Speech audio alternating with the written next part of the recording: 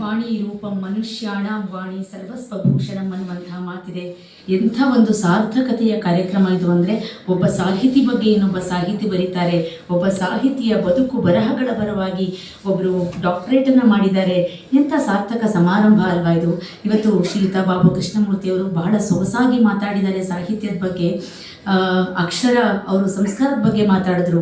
ಅಕ್ಷರ ಕಲ್ತಿರುವಂತಹ ವ್ಯಕ್ತಿ ಭ್ರಷ್ಟನಾಗಬಹುದು, ಆದರೆ ಸಂಸ್ಕಾರ ಕಲ್ತಿರುವಂತಹ ವ್ಯಕ್ತಿ ಯಾವತ್ತೂ ಕೂಡ ಭ್ರಷ್ಟನಾಗೋದಕ್ಕೆ ಸಾಧ್ಯ ಇಲ್ಲ ಅಂತ ಈ ಸಂದರ್ಭದಲ್ಲಿ ಹೇಳ್ತಾ, ಇನ್ನು ಜ್ಞಾನಪೀಠ ಪ್ರಶಸ್ತಿ ಬರಬೇಕಾಗಿತ್ತು ಅಂತ ಅವರಿಗೆ ನಮ್ಮ ವೇದಿಕೆ ವತಿಯಿಂದ ಗೌರವ ಸಮರ್ಪಣೆ ನಡೀತಾ ಇದೆ ಚಪ್ಪಾಳೆಯೊಂದಿಗೆ. ನನ್ನ ಒಂದು ಮಾತೇನು ಅಂದರೆ, ಜ್ಞಾನಪೀಠ ಪ್ರಶಸ್ತಿ ಬರಬೇಕಾಗಿತ್ತು ಶ್ರೀಯುತ ದಿವಂಗತ ಕೊರಟಿ ಶ್ರೀನಿವಾಸ ರಾಯರಿಗೆ. ಹಾಗೆ ನಮ್ಮ ಈ ಸಂದರ್ಭದಲ್ಲಿ ದಿವಂಗತ SL ಭೈರಪ್ಪನವರನ್ನು ಕೂಡ ನೆನಪಿಸಿಕೊಳ್ತಾ, ಯಾತಕ್ಕಾಗಿ ಅವರಿಗೆ ಜ್ಞಾನಪೀಠ ಬರಲಿಲ್ಲ ಅಂದರೆ, ಜ್ಞಾನಪೀಠಕ್ಕೂ ಮೀರಿದ ಸಾಧನೆಯನ್ನು ಅವರು ಮಾಡಿದ್ದಾರೆ.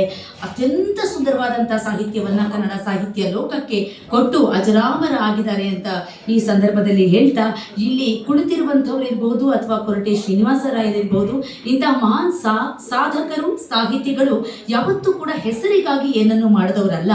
ಹೆಸರಿಗೆ ಹೆಸರೆಂದು ಹೆಸರಿಟ್ಟವನ ಹೆಸರೇ ಹೇಳ, ಹೆಸರಿಲ್ಲದಿರುವಾಗ ಹೆಸರಿಗೆ ಹೆಸರೆಂದು ಯಾಕೆ ಹೆಸರು ಅನ್ನುವಂಥ ಮಾತಿದೆ. ಆದ್ದರಿಂದ ಹೆಸರನ್ನ ಪಕ್ಕಕ್ಕಿಟ್ಟು ಇವರ ಒಂದು ಸಾಧನೆ ಅವರ ಊರುಗಳಿಗೆ ಹೆಸರು ಮಾಡಿಕೊಟ್ಟಿದೆ ಅಂದರೆ ಇದಕ್ಕಿಂತ ಸಾರ್ಥಕತೆ ಇನ್ನೇನಿದೆ ಅಂತ ಈ ಸಂದರ್ಭದಲ್ಲಿ ಹೇಳ್ತಾ, ನಿಮಗೆ ಅನಂತ ಅನಂತ ಧನ್ಯವಾದಗಳು ಶ್ರೀಯುತ ಬಾಬು ಕೃಷ್ಣಮೂರ್ತಿಯವರಿಗೆ.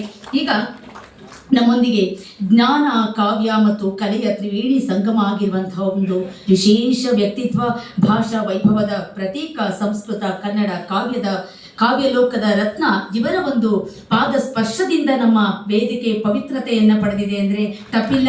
ಶ್ರೀಯುತ ಶತಾವಧಾನಿ ಡಾಕ್ಟರ್ ಆರ್ ಗಣೇಶ್ ಅವರು ತಮ್ಮ ಮಾತುಗಳನ್ನು ಮಂಡಿಸಬೇಕು. ಇವರ ಮಾತುಗಳ ನಂತರ 10 ನಿಮಿಷಗಳ ಕಾಲ ವಿರಾಮ ಇರುತ್ತೆ, ಕಾಫಿ ಟೀ ಬ್ರೇಕ್ ಇರುತ್ತೆ ಅಂತ ತಿಳಿಸ್ತಾ, ಈಗ ವೇದಿಕೆ ಶ್ರೀಯುತ ಡಾಕ್ಟರ್ ಆರ್ ಶತಾವಧಾನಿ ಗಣೇಶ್ ಅವರಿಗೆ.